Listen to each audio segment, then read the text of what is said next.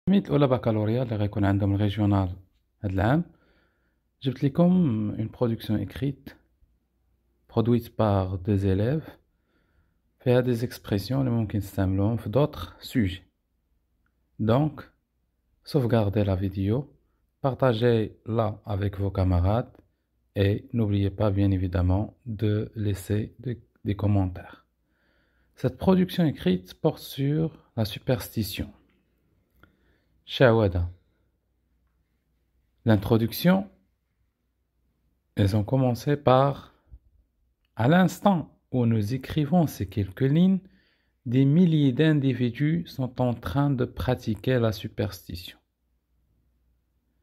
Vu qu'une réalité ne peut passer inaperçue, elle doit nécessairement susciter en nous ne serait-ce que la question suivante. La superstition est-elle une pratique à garder dans la société ou bien dans notre société? Au niveau du développement, ils ont commencé par, personnellement, la réponse à cette interrogation me paraît aussi claire et évidente que de l'eau de roche. Donc, l'expression a dit c'est une.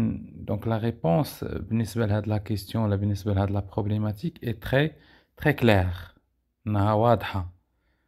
En effet, les pratiques superstitieuses ne sont que de fausses croyances. En plus, ces pratiques sont contre la foi religieuse et les raisons pour justifier cette assertion ne manquent pas d'abord. Donc, ne manquent pas. D'abord, selon notre prophète Mohammed et notre religion islamique, la superstition est interdite et cela se voit clairement d'après plusieurs versets coraniques et des hadiths du prophète.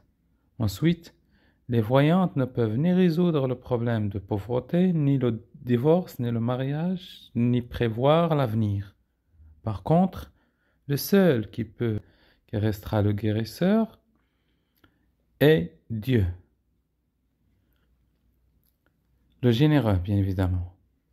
L'exemple le plus significatif nous est fourni par la boîte à merveilles d'Ahmed Sfrioui, où la Chouafa Kenza essaie de donner une impression de netteté et de paix pour inviter ses clients aux confidences. Ces gens naïfs dévoilent leurs secrets sans se rendre compte. Enfin, la visite des sanctuaires et des saints n'est qu'une perte de temps et d'argent. Et afin d'affronter les situations difficiles de la vie, le meilleur moyen serait de recourir à la raison et demander tous à Dieu qui est le Tout-Puissant. Et bien évidemment, l'exemple pour le prouver ne manque pas. Prenons celui de la boîte à merveilles où le narrateur accompagnait sa mère, El Aïcha, Sidi Ali Bouralib, pour calmer ses douleurs. Les deux femmes croyaient aveuglément à la superstition et au pouvoir, bien évidemment. Donc X et S pour pouvoir, des marabouts, mais la fin était pathétique car Sidi Mohammed s'est griffé par un chat et la blessure lui faisait mal. En somme, la superstition est une pratique maléfique à ne pas garder dans la société. Avec un peu de logique, on peut constater qu'elle est inacceptable que les morts puissent trouver des solutions aux vivants.